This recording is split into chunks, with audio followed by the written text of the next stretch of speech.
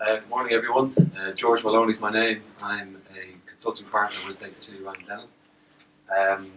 Delighted to be here. I can think back to a number of briefings we've given over the years to the Construction Industry Federation, and I suppose if one thing goes around in my mind, it's just how the market, I suppose, has been evolving over the last few years. I can remember giving briefings back 4 or 5 years ago, and they were obviously dark days back at that time, but I'd like to think that we are seeing some form of a turn, albeit perhaps, as they say, sometimes it's difficult to measure, but I think it is beginning to happen.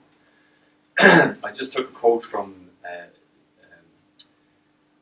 interview which happened a few months ago, where an American economist called Joseph Stiglitz was interviewed by someone in RTE, and he was asked, well, how many years do you think Ireland has actually lost? And he quoted from, I think the phrase was initially used in the context of the implosion in Japan about 20 years ago, where he said his view was that Ireland had lost a decade at least, and this American economist, tends to be pretty accurate. So if we've lost a decade, well, where are we within this last decade? And if you want to say that the balloon went up or the clock started ticking back in somewhere around the end of 2008, well, are we 6 years into it at this point? I think we'd like to think that 6 years is over halfway. So if nothing else, maybe we are bundling along the bottom, and maybe we're on the way back up again. To be honest, we know that there's a lot of hype around at the moment in terms of how things have improved. I think when you get under the bonnet of the hype, I think people will probably be honest and say, well, the hype is quite concentrated, perhaps mainly in Dublin and Cork, and maybe not so much around other areas of the country. But even if there is a little bit of up happening in Dublin and Cork, at least it's a start. Perhaps it's no harm just to look at the various sectors that I've mentioned there. I'm not going to spend much time on them at all. And in fact, there's 2 sectors that I didn't put in that particular diagram. It's the technology sector, which I suppose, luckily for us in Ireland, didn't really dip, and to a degree continued to contribute to the economy over the last few years. I'm talking about the foreign companies, etc. Where would we be if we didn't have them? Greece didn't have them, and unfortunately Greece has got a long way to go. And I suppose the agri sector as well. The guys in the agri sector would probably say they've had a pretty tough time. It's probably true. On the other hand, they're actually quietly getting on with it, and there's a lot of investment happening in agri, and indeed if you look at the price of agri land at the moment, it's holding up very well. So people aren't paying 10k plus an acre and beyond, unless, and this is agri values, unless they think they can make a return on investment on that land. We're handling a number of agri cases at the moment, and we are getting sales of agri land. So what about, very quickly, if you took a quick look at what's happening, hotel leisure was on its knees 3 or 4 years ago. At one stage I was reading statistics where people were saying we've got 65,000 hotel bedrooms in the country, we only need 40,000. That suggested that there was at least 20,000 too many beds. Now we're hearing that in Dublin there aren't enough beds, and in fact what the hotel sector is saying is, yes, well, we arguably still have too many beds, and unfortunately they're in the wrong place. But be all that as it may, the fact is that there's been an awful lot of investment taking place in the hotel sector. There's been an awful lot of buying happening, and we come to the whole, I suppose, area of what we would call the new money, and where the new money has been going, but a lot of it clearly has been going into the hotel leisure sector. And I think that as a result, they're reaping the benefits of that. Manufacturing distribution, our view would be that there's a fair bit of work in progress to happen there yet. Those companies that have survived in the SME sector, manufacturing distribution up to now, will probably survive going forward, but that's not to say that they're out of it. Our view would be that there's still quite a number of balance sheets that need to be repaired. There's a fair bit of passive property investment in those trading balance sheets that will need to get sorted out. We think perhaps the banks haven't been going after those entities to date because A, they've been very busy on the property side, and B, it's politically sensitive in the context of employment and jobs, but we do think there's a bit of work in progress still to be done there. And personal debt, very much a work in progress. We know the Insolvency Service was set up last year, we know the new Insolvency Act came in, but we also know as practitioners that it wasn't working, and there's been a lot in the newspapers about that. We know already that Lorcan O'Connor, the head of the Insolvency Service, is on record as saying that they will be tweaking the legislation to make it more user-friendly. And then along with that, there has been a lot of behind-the-scenes discussions taking place with the banks, particularly in relation to what they call protocols. And that is if somebody's going to the bank with a particular, if you like, workout for a particular personal debtor, that there is some form of protocol that the banks will sign up to, that one can work to a sort of a guideline document. And this is particularly relevant in circumstances where that particular personal debtor could be a multi-banked individual. So they might find one set of rules coming from what I call an Irish pillar bank, and a completely different set of rules or attitude coming from what I would call a foreign exit strategy bank. And so it's to try and get some sort of cohesion there. That again is work in progress. A protocol for debt settlement arrangements, that's the DSA you see there, was brought in July. But the one everyone's waiting for is the PIA protocol, which is the personal insolvency arrangement. That is for bank debt. That's where there is secured debt involved. We'd like to think that's going to happen by Christmas. And we think after that you might see more traction in relation to personal restructuring. Now in fairness, and my colleague Brian Hyland might talk about this in a little bit more detail, there have been some informal restructurings taking place, but the deluge of restructuring that everybody thought would take place hasn't really happened, or not yet. So what about the current landscape in property construction? And this is really just our experience as much as anything else. We obviously are all aware, you don't have to be directly involved either, to see the extent to which the foreign funds have been investing in Ireland, and it's well documented at this stage, to the point where certain of the funds who got in 1, 2, 3 years ago with a view to a 5 or 7 year spin, in fact, are getting out already because they're getting their returns sooner than they thought they'd get it. But at the same time, there are a lot of them around, and they're still chasing down opportunities.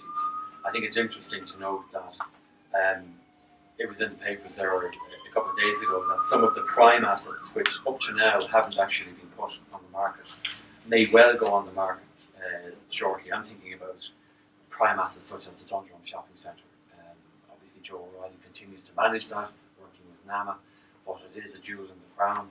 And thinking that one can actually put something like that on the market and get the size of fund that they might be interested in, I think is saying a lot about the type of money that is actually washing around.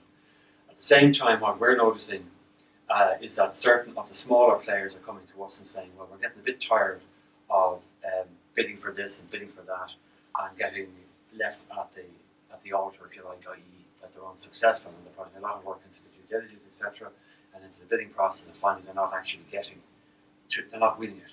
So what they're doing is they're coming to the likes of us and saying, well, what have you got? We're interested, I paraphrase this, but we're interested in getting our hands dirty, i.e. it doesn't have to be quite as sort of with a red ribbon around it the way some of the other sort of prime assets have been.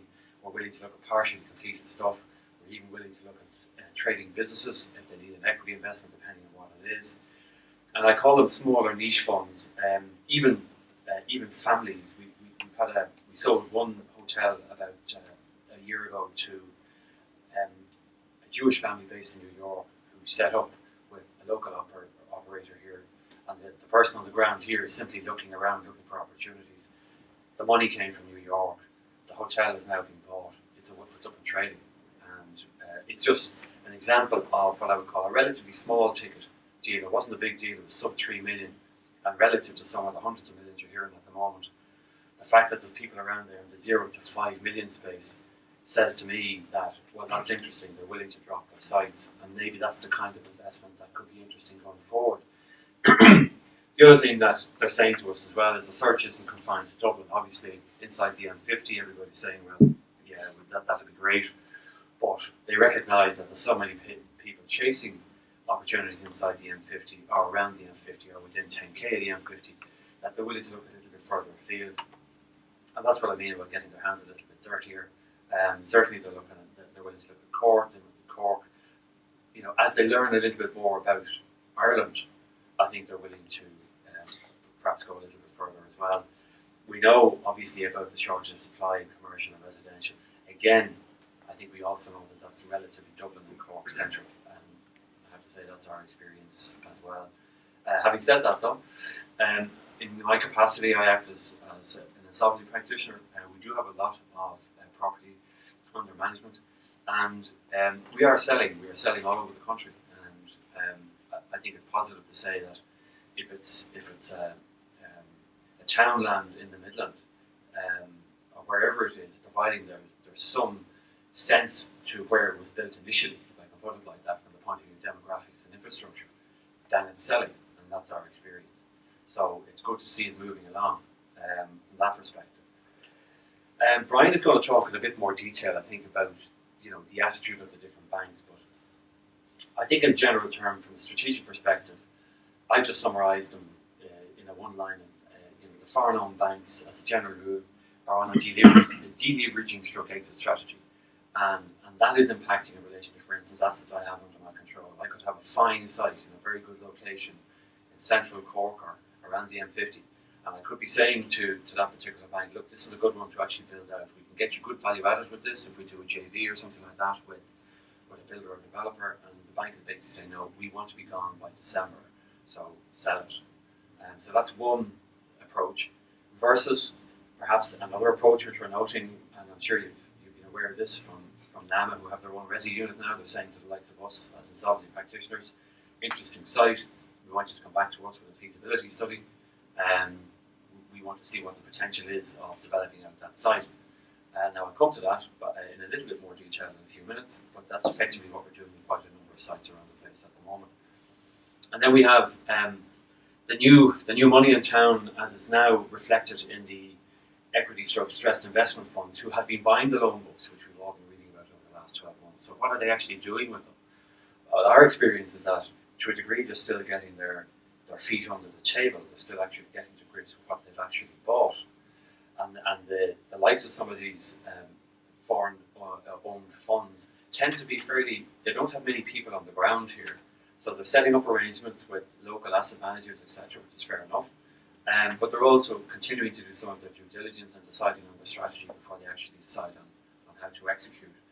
And I suppose also the strategy ultimately they come up with arguably will also depend on their own, if you like, macro strategy.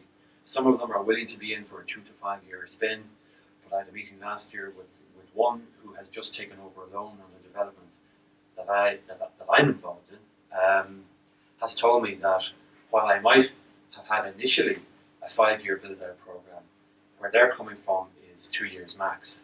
So I've had to go away now, and I am the person who has drawn down the funds to actually do this build-out, working on a JV with another developer. And I'm thinking to myself, well, what does this 2 years mean relative to the original plan that we set up here? Because that was a 5-year build-out. And this is work in progress. So this is the kind of, I think, scenario that we're all facing. And I think it's interesting to see how it actually evolves. So that's why I called, and that's why the heading was an evolving landscape. This is all changing around us. That's how I think we adapt with it. That's going to be interesting. And I suppose, there continues to be limited bank working capital finance, although I'm sure some of you have no doubt experience of that. The banks are probably willing to say that they lend. You won't get 100% anymore, you might get 50%. And I know that it'll be a different model going forward. I think the days of 100% finance, etc., it's just going to change. And it's going to be interesting to see, well, where is the equity piece actually going to come from? There might be some debate around that. From our perspective, where do we see the way forward? I've described it as matching the finance with the assets. Yeah, I mean, we continue to work with the owners of the money, if I can call it, going forward, and see to what extent we can match them with assets that we have for sale from the various banks. I'm doing one deal at the minute whereby one of the funds is a smaller fund, I might add, a more niche type fund, is interested and involved in building out an apartment complex, which we have here in Dublin. And when we finish that out, it's actually part development, part purchase type agreement. But it's just typical of a particular fund who is willing to get their hands a little bit dirty and get in a partly complete development. I contrast that with multifamily investment sale that we did about 9 months ago, where we sold 63 units up in Sandyford to a pension fund. And of course, they wanted the other extreme, which is all the bells and whistles, absolutely turnkey. So we're dealing with different types of people. Infill sites, it goes without saying that infill residential sites are highly marketable at the moment, and a lot of demand for them. And we've got a lot of demand for partially completed residential developments. And depending on who we're dealing with, the strategy will vary. But as a general rule, you'll find that we are being given the go-ahead, of course, to finish out the units that have already been erected. And then the next phase, i.e. the brownfield piece that's at the back of the site, well, we'll have to see where that goes. That's still another decision, another phase to be made. And partnering your expertise with the asset, I mean, this is something which we're doing more of because we're being asked to do it, which is, and if you go back for a second to, well, are we working with a bank that wants to exit, in which case they're not really interested in a site resolution plan, or they're not really interested in project management advisory. My instructions are to sell. Or on the other hand, if I'm working with NAMA or one of the PIs, they're saying, yeah, we are interested in you looking at a feasibility for that particular site. And we do want you to go and send us in a feasibility study to our resi unit to have a look at. And we may well want you to get on with a site resolution plan and ultimately to start building on it. We've got 2 sites in Dublin and 2 in Cork and potentially more in Cork where we believe they absolutely they're ticking all the right boxes from the point of view of development, infrastructure, demographics, etc. We'd like to think that they will move forward into actual construction. So where I see it for CIF members generally, on the advisory side, site resolution and being involved with the parties who have, I suppose, the referral of the work. So who are they likely to be? I can tell you from the insolvency practitioner perspective that we are obliged, of course, to go out to the marketplace and to tender, to have people involved, and it's just part of the process. I can say to you that the initiative which the CIF have put together of having a register of members with the criteria which are involved, in my view, is essential. I think you need to be part of that membership. Because all the boxes that you have to tick in terms of being tax compliance and having competence and health and safety statements and complying with the building regs, absolutely we'll all want to hear it.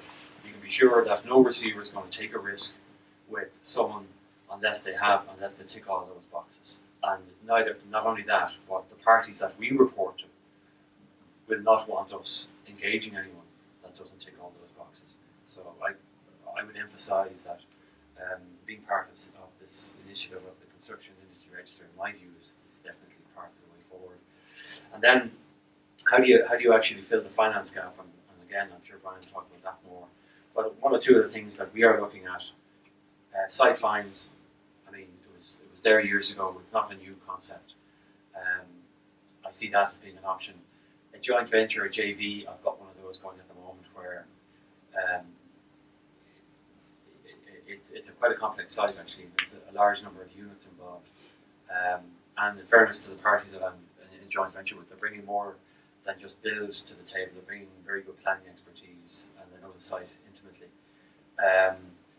And then fixed price contracts. Obviously, I mean, if it's a smaller unit development and we just want to finish it out, there will be fixed price contract opportunities without question, and we've been doing that as well. And all of that obviously means activity, and it all means that someone's going to be employed to build these out. And as I said earlier, it's starting in the high demographic areas, but hopefully will begin to spread. Another thing, and I'll leave you with this thought, as we see the economy evolving, in my space, and I tend to regard my space as what I call the orange or the red space. Not everybody's happy to see me, I'll be very honest, but on the other hand, sometimes what we do can be what we call a tool of restructuring.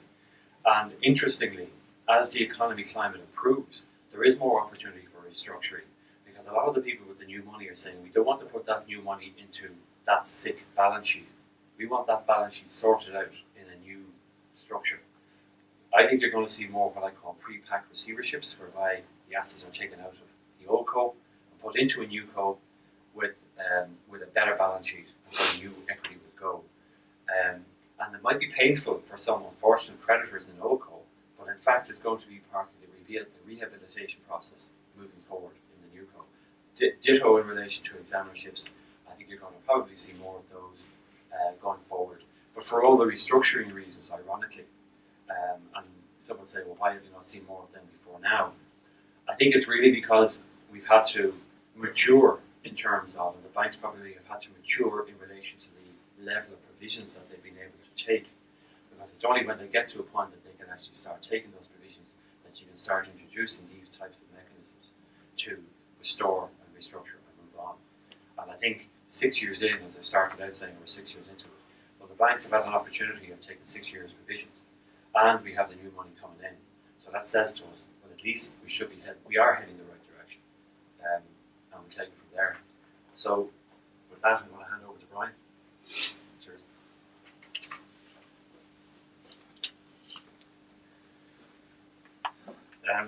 Thanks, George. And I suppose really for everybody that's here this morning, what I was trying to do is try and anticipate what people's motivations are in coming here this morning. And I suppose therefore there's probably three broad areas that I'm going to cover in my slides.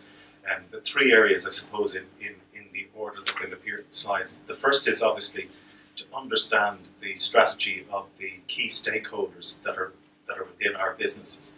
In other words, that if there is a stakeholder such as the bank, that it may have some form of stake in our sites, for example, what are their strategies, what are they considering? So the first area that I'm going to cover is some brief synopsis of what we're seeing, because it is ever evolving and each of the banks have slightly different strategies, and even their own strategies have changed.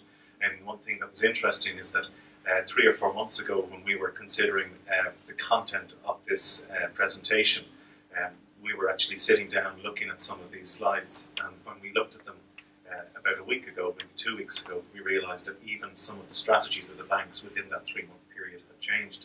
So that's the first area that I'm going to cover. The second area that I'm going to cover is that some of you may have completed your restructurings, and hopefully that has happened. Others may not have. And so I suppose, in a sense, to try and give people a sense of the work that we're doing at the moment, assisting some of your members in the CIF in restructuring what we are currently seeing. Because I suppose one thing that's clear is that it is very difficult to move forward without really dealing with the past also. And then the final area that I'm going to cover, for some people who are already now through the restructuring and or who have parked the restructuring but are looking for new opportunities, I've given some information in relation to what new funding is available and the funding that's around town. I was going to just read you out this. This is probably an example, I believe, of the type of funding and the competition that we're involved with throughout the world. We're part of Baker Tilly internationally. Now, I'm not certain whether this email came through our international association or whether my name just happens to appear somewhere. This has come all the way from the Philippines to me. Good day, this is Arnold Sawyer from Macatan, Newton. I would like to recommend our second project, which is the One Pacific Residence, to be delivered by 2016. Please refer below for details. Please do not hesitate to call or text me at your convenience. I'm here to assist you in any way I can. So somebody sending me all the way from the Philippines an email looking for funding or looking for investors for a project which is likely to be completed in 2016. I think that gives an example of the competition that we're under throughout the market. I suppose in a sense, I'm probably thinking of that and saying to myself, look, I'm not so sure that anybody's going to be investing in this. It could, of course, be one of those spam emails where we click on a box and then the next thing is that they're looking for bank account details. But nonetheless, I think one of the areas that I will be touching on later is where is the source of funding coming from.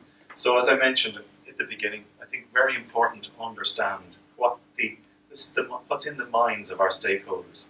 And I suppose some of the recent transactions, and I think this is the big one in a sense, and in fairness, not that I necessarily want to be giving some of our colleagues in KPMG some credit, but certainly the special liquidator in disposing of the loan book certainly seems to have, in the case of Ulster Bank, for example, and even Danske Bank, certainly it has ramped up in terms of their strategies in terms of considering loan sales as well. So it would appear, if you look at then who are the buyers of the loans, because I think one of the key things that Georgia said earlier is that we need to understand the strategy, what's in the minds of the people who are now the stakeholders, because that will, I suppose, determine to some extent what approach we may take with regard to our own proposals then. No sense in proposing to a particular bank a joint venture approach or a side-fine approach if their real strategy is just a very quick exit.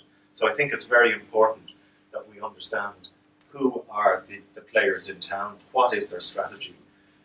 For example, Lone Star, Apollo, Petrogas, Kennedy Wilson, all have acquired not just loans from IBRC, but also other loans as well. They are boutique, some of them are boutique players, some of them want to exit early, and so therefore that is their strategy. No sense, as I said earlier, in us trying to come up with a long tail strategy if that's a short-term strategy from their point of view. So in your own cases, if there's a particular site that you might be interested in that you're going after, you need to understand who the stakeholders are, who's behind that. It's not just about maybe the borrower, but it might be the step behind that, who are the stakeholders in that site. And also from your own point of view, if you're dealing with a particular bank, understanding their strategy also is of assistance in trying to ensure that your own strategy has the best possibility of success. So what are the options that are available? There's a loan sale, as I've said earlier, then there's restructuring, full disposal and enforcement. I think what's interesting about this is that loan sale doesn't really change the remaining options. Once a purchaser of the loan purchases the loan, what can they do? They can actually sell on the loan if they want to, or they can go for any of the other three options that are available. So what I'm getting at is very important to understand what's in the minds of the people that you're dealing with on the other side of the table. You cannot negotiate unless you've done your homework. So what are we seeing on the ground? I'm trying to categorise banks. Very difficult to categorise them, and in fairness to some of the banks concerned, some of their strategies are evolving. And I would use the example of Ulster Bank, where they have separated really their bank into two parts. They have a good bank section and a bad bank section. They tend to rename or rebrand the bad bank section every probably couple of months to try and I suppose defocus it from the Royal Bank of Scotland. But nonetheless, in effect, what Ulster Bank's strategy at the moment is it's a relatively quick exit from the non-performing loans. And that would be through either loan sales or through consensual disposal of assets and or through refinancing. In the case of the pillar banks, what I've said there is that I believe it's more difficult to achieve write-offs. So if you're only going in to do a deal that involves, I'll sell the assets and let me away and we'll write off the balance, it's less easy to achieve that. I think what's happening with the pillar banks, and the pillar banks really includes AIB and Bank of Ireland at this stage. I'm not really necessarily focusing on NAMA because NAMA is an asset management agency. I don't necessarily see it as a bank here for the long term. The non-performing levels, what do I mean by non-performing levels? So if I take an example of a case that we might be working on where the debt is about 10 million, asset values might be about 3 or 4 million. The asset values consist of a basket of various different assets.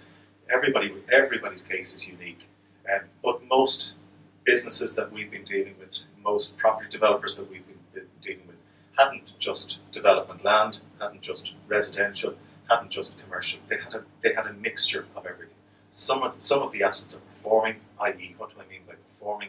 They're generating revenue, they're generating rental income, or else they can be completed very quickly and sold. So the non-performing levels really depend on the asset values and then the repayment capacity underpinning those assets. So for example, if you have rental income coming in of €200,000 per annum, that will determine a level of performing loan, which then leaves behind the non-performing element. What we have found is it's very difficult, particularly with businesses that have a trade, and a trading business could be a business that is a contracting company, might have contracts, but also maybe purchase some sites that they may be on the balance sheet or they may be on other vehicles within that group. One of the difficulties that we have found, particularly dealing with the pillar banks, is that there's less of an appetite for them to say, okay, we'll just draw a line in the sand, we'll dispose of the assets and we'll write off the balance. Because they're looking at this in the long term, on the one hand, they have a mandate from the government to support employment, so therefore they don't necessarily want to end up in a situation where people are disposing of all of the assets. So that can be a good thing and it can be a bad thing. It can be a good thing because it gives people an opportunity to deleverage, and it gives people an opportunity to dispose of assets and clear debt and improve their balance sheet. But it can be a bad thing also because if there's a write-off and a complete sale, you may not be able to then generate enough revenue to be able to purchase the next asset. So in the case of some of the pillar banks, what we're finding is that it's very difficult sometimes to try and marry up their expectations with their own clients and members' expectations. And so it is a case of really trying to figure out a strategy. Not easy in every case, but again, something that you really need to sit down and consider. In the case of the exiting banks, I think there are some banks that have made it very clear in the market that they're exiting. Danske Bank being one, HCC and Bank of Scotland, and their process has been occurring over a period of time. Some of them have actually used enforcement through the appointment of receivers, etc., to get a desired outcome, which is an early disposal of assets. Others have agreed, refinancing through other banks. So, for example, some of the cases that we might be dealing with would be cases involving Bank of Scotland, where we may have received funding from Bank of Ireland, plus maybe some private equity funding, and we've gone and done a deal with Bank of Scotland, taking out the assets. So that's really the key there, is to understand the different strategies. Now, as I said earlier, next strand in my talk is just to talk about what the banks are doing. So some of the banks are looking at debt forgiveness, of course, but they're doing is parking a portion of debt. What I mentioned earlier is that particularly with the pillar banks are looking at maybe your activity, and they're saying to themselves, okay, these businesses will be back in construction generating profits. So therefore, we will get some repayment of the non-performing debt over a longer period of time, even though there may be no assets underpinning that. So if you make a profit next year of 200,000 or 300,000, the bank may want a portion of that ultimately to reduce the non-performing debt element. So they may agree a parking of some of that debt, even at a zero interest rate, on the basis that it's almost like putting it on the never-never. But hopefully, as you generate profits in the future, you'll be able to pay off some of that debt. And as I've said, not necessarily an ideal scenario if we want to be able to generate profits in the future and maybe retain some of those profits to be able to invest in other assets and other sites. So finally then, the sources of finance. What are we seeing on a day-by-day basis? So let's assume, for example, that we have a case where we have completed our own restructuring. We're now in a healthier state than we were. We may be doing some contracting work, some construction, and maybe we have even one or two sites that we want to now develop out. So what are the choices that are available? One of the things in no particular order, obviously a key in any of these is disposal of non-core assets. That may have happened as part of your restructuring, but if it hasn't happened, what do you actually need to do? You actually need to build up as much equity as you can, because whether we like it or not, as a corporate finance expert, I understand, if you like, the way a balance sheet works and the cost of capital in each of those layers. The cost of equity is the most expensive cost around. So when people consider maybe taking in private equity is probably the area that is most risky. In a balance sheet, as we probably all now know, our private equity in our businesses over the years came from retained profits. So when we made a profit on the site, we didn't declare it out as dividends to all of the shareholders. We held it back and we retained it in our balance sheet. What was the first part that was lost when we went through this in 2007, 2008? When our assets started to fall, the banks were secured, but the actual underlying retained profits started to be eroded because of the unrealized losses on some of our assets. So that was our shareholders' funds, our equity. So equity tends to be the most risky part of any balance sheet. And therefore, if I'm at risk, I want reward. So the more risk I take, the more reward I get. And earlier on this morning, I was talking to one of your colleagues out here. I can't can see me sitting at the back there. But we were talking about various different sources of funding. And I had received one email during the week, it was actually last week, and the email was from a potential private equity source who blatantly said in the email that the internal rate of return that we're looking for on projects is 30% per annum. So an internal rate of return of 30% means that they want, we used to, in private equity, particularly in technology companies, consider, say, a venture capitalist who might be investing. We thought it was rich when they wanted to, roughly speaking, double their money every 4 to 5 years, which gave them an IRR of about 20 to 25%. And in a high growth technology company, we used to consider that even to be rich. But for someone to have the almost the audacity to say, 30% is what I expect to get back per annum, it would leave not an awful lot behind for anybody to do anything.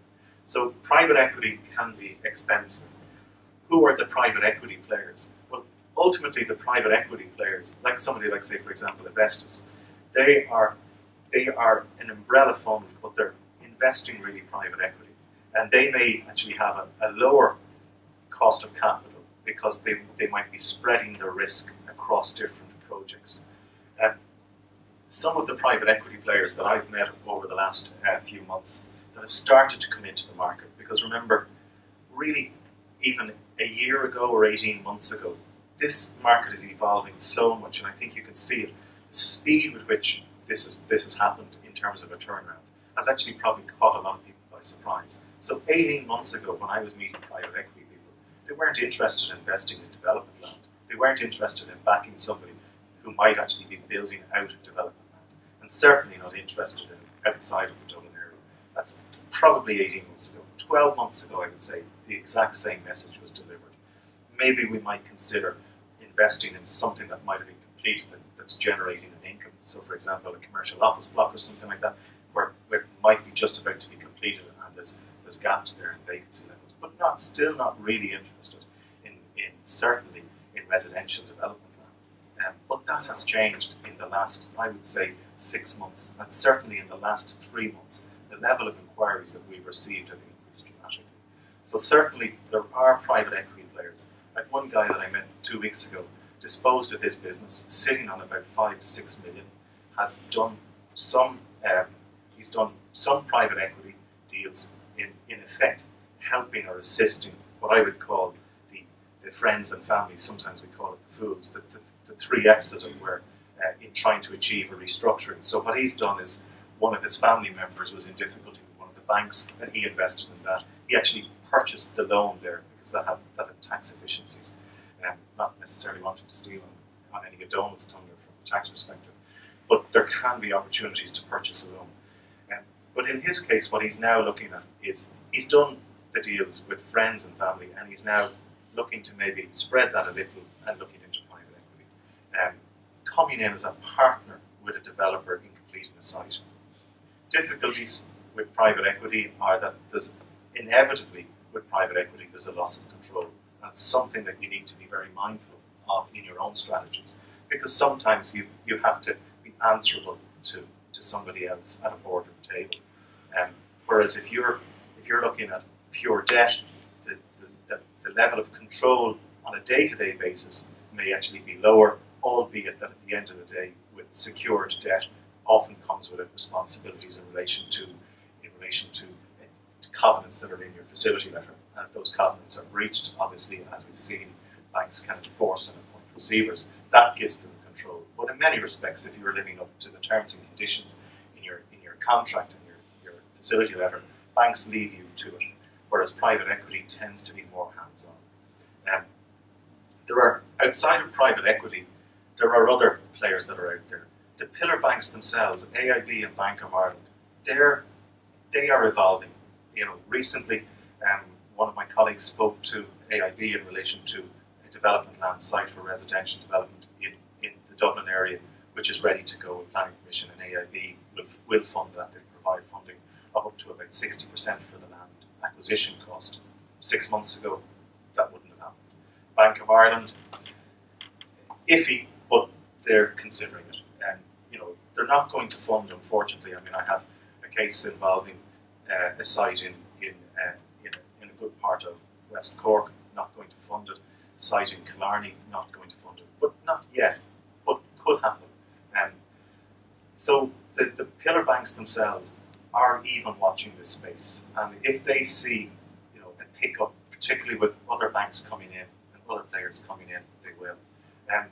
One concept that I've seen, met guys last week who are providing what's called stretched senior debt. Stretched senior debt, what does that mean? It means that they're nearly getting up to 100% funding. They're providing 90% funding for development land. Cost of it, circa averaging out at approximately a 15% per annum rate. But if you look at it this way and you have a site that's almost ready to be completed, you can get it done, get it unlocked, give 15% to somebody, but maybe retain 10 or 15% yourself for the next site. Not necessarily the worst thing in the world to consider. And also, if it gives you an opportunity to spread your equity, and you can do more than one project, because often what we're doing is as people, we tend to concentrate on one thing. We don't necessarily look at what's on our peripheral vision. So, for example, if we're looking at this site and we realise we need to put 2 million in because we get 60% funding from a senior debt provider, but maybe we only need to put 700 in if we can get 90%, and that remaining 1.3 million of equity that we would have had to put into this, we might be able to put into 2 other deals. And so suddenly now we're getting 10% on this deal, 10% on this deal, and 10% on this deal, which is 30%. We have to give away 15% on one of the deals. So the maths could add up. So I think that's something that you need to look at as part of your strategies. Still, there's a very big divide at the moment between the greater Dublin area and outside the Dublin area. I think there's absolutely no doubt that there's funding available in the greater Dublin area. It is a case of, my experience in the last 6 to 9 months, lots of people coming to see us in terms of saying that they have money. Lots of people have been, what I would call intermediaries, including what I would even classify as ourselves in some respects been an intermediary. So not necessarily the true source of the funds coming to see you. So you have to kind of segregate the people out into those who really do have money and those who may be talking about having money but still have to make a whole load of phone calls and a whole load of meetings and trying to secure it. But I believe that in the last 6 months, a lot of that activity has now taken place, and there's genuinely now much more interest in Irish assets. So in a sense, my parting note is, I don't think we necessarily need to be sending out emails like that from Ireland to the Philippines looking to see, do investors have money? I think there's more of an appetite abroad through our own international association. For example, I'm meeting guys today who are coming over from London who have been watching this space. 18 months ago, they would never have invested in development land assets, but they're now looking at it and they're a debt funder. So as I say, more to come, I think, from sources of funds over the next couple of months. So I'll hand over to Donal now, who's going to talk about some of the tax matters. Thanks, Brian. Good morning. So I'm going to break up my presentation into 3 parts. Basically, I'm going to talk about 3 bits of tax: the past, the present, and the future. So I'm only interested in the past, really, to the extent that we learn from the mistakes made in the past, and also whatever hangover is there from the past that we have to deal with today. So the main thing, not cutting across what Brian and George did say, there are very good reasons for leaving the past behind and starting anew and having a fresh, new, clean balance sheet. That said, losses have been made, and they've been painful losses. But from my point of view, losses are a very useful thing. From a tax perspective, they're a great thing. They're an asset. So the thing, what I'm saying is that just make sure, do the hard job, and the takeaway is to look at it and see where are the losses, where are they based, can I use them at all, can I turn that bad thing into something useful. Now, the use of losses for tax purposes is a little bit of an art and a little bit of a science. So in essence, it's a cat and mouse game. The revenue, we don't want you using them if at all possible, but we want to maximise the use of them. So it's a very careful game to be able to do it. And really what you want to do ultimately is just make sure you look at your losses. It might be painful to do it, but look at them and see, can you use them? And then come up with a strategy, if at all possible, where you're using your losses while also doing what George and Brian are saying, having the balance sheet in the right place in a new entity, but somehow using the losses in an old entity to reduce your taxable profits. So that's something that should be done, and it's very prudent to do it. The next thing is the release of debt. So I suppose the commercial landscape has been changing a lot in the last couple of years. The debt is being forgiven, and the banks and other lenders are making pragmatic decisions on that. The tax rules are sort of catching up. If you look at the CAT rules, for instance, really when you read the CAT rules in a cold way, if a bank forgives a mortgage, it's a gift from the bank. So it sounds odd, but actually that's how it would fall under the rules. That doesn't make any sense. And last year the revenue, in fairness to them, came out and said, it's not a gift, we're not going to treat it as a gift. So that clarified something that was very useful. On the other hand, at the end, in Finance Act last year, where there was debt forgiveness, the rule came in that, in essence, any amount of debt that's forgiven will ultimately be taxed. So if I bought an asset for 10 million, of which there was 8 million debt, and the debt of 8 million was forgiven, when I sell that asset for 20 million, my profit that's going to be taxed is not the 10 million profit I made, the difference between the sales price and the cost price. The profit is going to be taxed as the 18 million, which is the economic profit to me, but the rules are very clear now that that's the case since Finance Act 2013. What is important is that that rule is only in place since 1 January 2014. So if there's any debt forgiveness prior to that, there's an opportunity that maybe you can sort of have your cake and eat it. It's very well worth looking at it and documenting the case that it might be a case that debt was forgiven last year or the year before, and possibly ultimately you won't be taxed on the profit, say, made on the debt forgiveness. So that's worth looking at. Very murky area, but it's definitely worth looking at. And last thing about the past is tax incentives. You think tax incentives are gone forever. In actual fact, in one of the other slides, I'll mention some property-based tax incentives that have been introduced since the crash. But the old tax incentives, the types that we were seeing that were fueling investment and building work around the country, they're gone.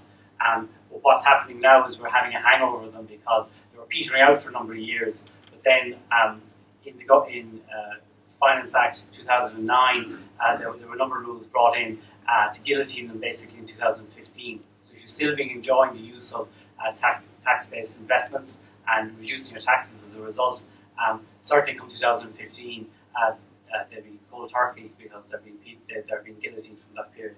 So just look at that because it's going to be messy and deal with the tax aspects of it, and we're going to have to worry about that. So now I'm going to talk about the present, which overlaps to the future a fair bit, but some of the things we're learning, some of the things we're seeing.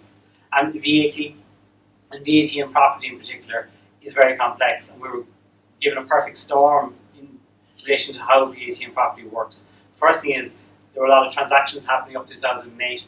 Properties were being flipped very often, and sometimes the documentation and the record keeping wasn't up to speed. Then come 1 July 2008, we got new VAT rules on property, so there was a new regime. To be fair, the new rules are a lot clearer than the old rules, so they're probably more useful, but at the same time, advisors have had to grapple with them. And in the meantime, the rate of transactions since 2008 has been very slow.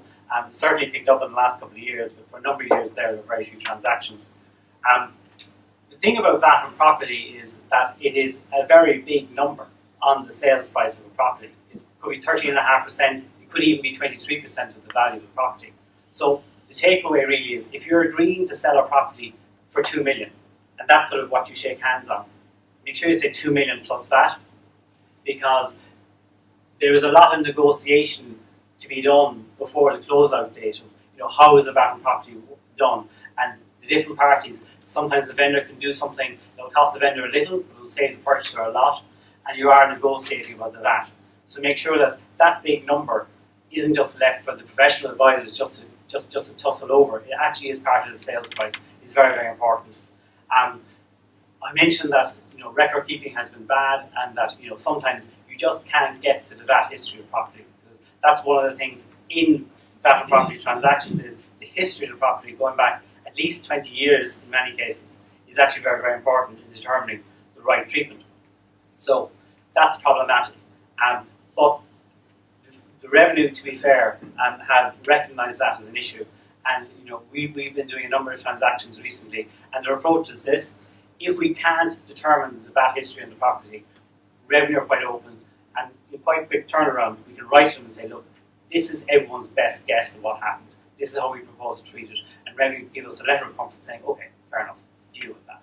And the second thing they're doing is, sometimes actually the people who have the only available information on the VAT history for a property is revenue themselves.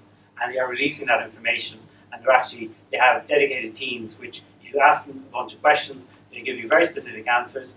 And actually you can repair the VAT history for the property sometimes with that, and you can have a better idea of what to do. And the reason VAT history is important is, if you don't know the VAT history, you probably have to take the most conservative approach, which means, shoot, we just charge a VAT on sale. But that's if you don't know anything. But if you do know the VAT history, or even if you have a good start at VAT history, you might say, actually it's exempt, so we can just move on, and it might be no VAT at all. So that's why it's important. The other thing that's happening at the moment is typically property, real estate would have been owned in individual names. And that was sort of very often the way it was done.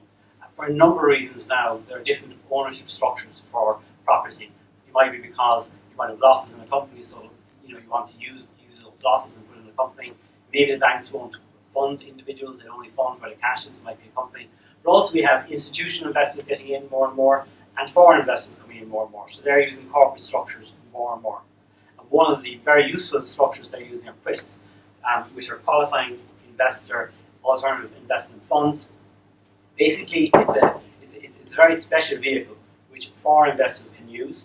It doesn't really apply to Irish investors, and it's very expensive to put in place. But what it does is a very useful vehicle that basically they can purchase Irish property, and Irish tax issues pretty much go away. So it's very, very useful. So if you're looking to sell something like a hotel, typically most hotels which are being bought by foreign investors at the moment are actually being bought by CIFs. That's the most attractive vehicle for them to use, and it just makes Irish tax problems go away.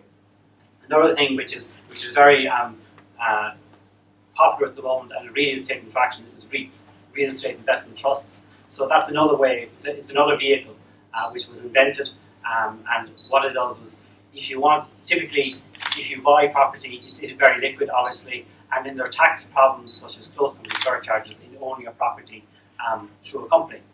So a REIT is set up that if you do certain things, if the REIT owns a number of properties, if it's resident in Ireland, if it makes distributions every year, then tax in the REIT is not a problem. So the REIT doesn't have to worry about tax. The tax problem goes to the owners, to the shareholders. And it's a very liquid way of investing in property. So you've seen the Green Fund and some of the REITs which are out, and they've got serious bucks to spend, and they're being very successful, and they're getting value in the market. The other thing which isn't on the slide is, and it's very present because it's finishing up in 31 December coming, is there's a capital gains tax exemption on buying residential property. If you buy a residential property before 31 December 2014, you basically have a 7-year capital gains tax holiday on that. So if you sell it just after 7 years, you won't pay any capital gains tax on the gain made. That was supposed to finish in 31 December 2013. They extended it in the last budget to 31 December 2014, but presumably all the signs are that they won't extend it again. So if you do have an eye on a residential property, now's the time to buy it. There is an argument that if you move a residential property from one entity that you own to another entity that you own, that you can actually capture that 7-year holiday. So it's something worth doing. It takes a little bit of planning. It might be a bit of hassle to move from one entity to another before 31 December, but it could produce a very useful tax break. CGT or corporation tax or income tax, I'll actually deal with that in the next slide. And the last bullet point is right or wrong the revenue win. Will really do that. I suppose I just put that down sort of as a starter. Where we're coming from in this is we're having a lot of experience of dealing with slightly contentious issues with revenue. And we've seen that revenue have adopted quite an attitude. And if there's anything wrong with the history we provide, or if there's anything wrong with the paperwork we provide, revenue are taking a very simple approach. They're just collecting cash for the exchequer. So, and they're not really applying the legislation in many cases, just saying no. And they know that they're the big bad revenue, and it's expensive for us and our clients to pursue it, to go to an appeal commission or to go to the High Court. So if there's any flaws in our argument at all, the revenue are taking a bullying approach, and they know that they've got the might and the power, so it's easy for them to win the argument. But that informs us on what we should do. So what it means really is it's all about picking your battles with revenue. It's all about making sure that if you are going for revenue, looking for an out or a concession, that you're absolutely as prepared as possible. And I would dare say, it might even be worth, delaying the submission a while to make sure that you've got all the documentation in place so that it is clean as a whistle when you go into them. And in those cases, revenue adopt a different attitude. And then the other thing is pick your battles. So we've some clients who are claiming very large losses, let's say on property stock that they might have had on their books. They were claiming large losses. They're using those losses to offset profits they had elsewhere. Revenue took an attitude to that. They simply didn't like what they were doing, even though technically it was probably okay. And it was a battle with revenue. The smart move would have been to take small losses bit by bit, come under revenue's radar, and to do it that way. So not to pick the battles. And if you do have a battle with revenue, go in as prepared as you can. And now just to deal with the future and where things are going. Windfall tax is there. Got a bit of news when it was brought in, Fianna Fáil, Greens government, and it's an 80%. What it is, it's an 80% tax on profits made on the rezoning of land. Zero tax has been collected from the windfall tax so far. So no one has paid any windfall tax. So it's there as a threat, but it hasn't actually been incurred. Really, the windfall tax should go. Because obviously there's an economic benefit still on rezoning of 20% after you take off the 8%, but it's a ridiculous rate for any tax that to be there, and it doesn't make any sense. So it was only brought in politically because Fianna Fáil was bringing the NAMA Act, and it was a political stop to the Green Party. It's time now for that windfall tax to go because it doesn't help for the movement of commerce at all. But if you do have to deal with the windfall tax, what it is, it's sort of interesting because it says you look at the value before the rezoning, you look at the value after rezoning, and that profit, when you sell the property, that profit is taxed at 80%. So now what you have is you have four values which are important to the windfall tax. The cost of the property when you bought it, the cost just before rezoning, the cost just after rezoning, and the value of the property when you sell it. So the two values in the middle are things you can do with. So what you need to do is you need to put strategies in place to make sure that the uplift in value because of rezoning, which is sort of an academic number, that you're doing things with that number and you're trying to whittle it down as much as possible.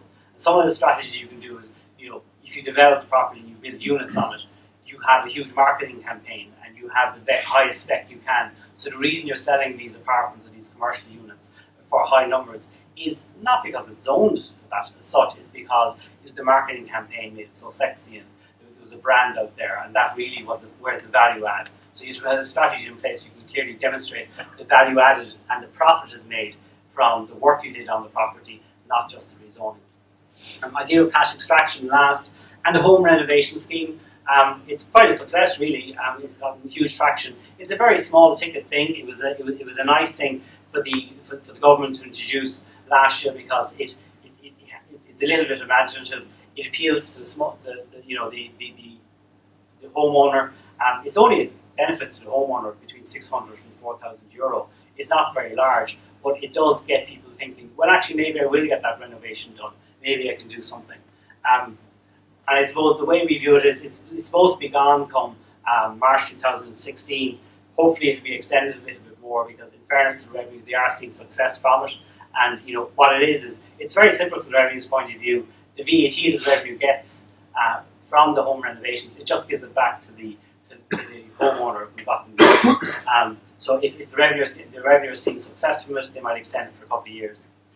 The creative thing to do around it, we think, is just like when the SSI came in, what it did is it was a bit of a giveaway to savers, and what it did is it got people to start saving that mightn't have started saving before, and then it got them to stay saving, hopefully, and it also got them into the saving bracket. When I'm saving my €250 a month on SSI, I'm maximising that, or maybe I'll save a little bit more somewhere else, and maybe with the construction industry can use the home renovation scheme as a starter to get people who getting that renovation done, but actually go on and do the next thing, even if there isn't tax saving. Now we're on the track and getting used to the idea. The other thing for the future is the Living City Initiative. An issue is only for Limerick and Waterford and only for Georgian properties. The Living City Initiative is designed to, with old-style tax-based incentives, really, to encourage renovation of old houses. It was just Georgian houses, now it's Victorian houses as well. retail property, commercial property, as well as residential. And it's quite generous breaks really for the owners of the houses if they spend at least 10% of the value of the property on renovation. Hasn't properly kicked in yet because they're looking for EU approval, but if it's quite a niche incentive, it's a very useful incentive, and for some people in the construction industry, it could be right up their street. So that, funnily enough, is a very old style property-based incentive that has been introduced by the government. And the last one, cash extraction. I suppose the thing about the future is we can see the cycle is back again. So we're looking about the high-class problems of what we do with all these profits we make. And I suppose the word of warning is there are still things you can do. You can use corporate structures. You can use a hybrid of corporate structures and personal structures. And what we're saying to clients is things are beginning to happen very, very quickly again. Organisations we're dealing with, because of the downturn, they're a lot leaner than they used to be, so they don't necessarily have the resources to spend a lot of time coming up with strategies. That said, we're anticipating the large profits are going to be made in the future. Now is the time to think about it and to spend a bit of time looking at the structures you have and spend a bit of time thinking about what can you do to make sure the right structures in place, so when the profits are coming out in a couple of years' time, that they're in the right place and the tax is minimised. So thank you very much for your time.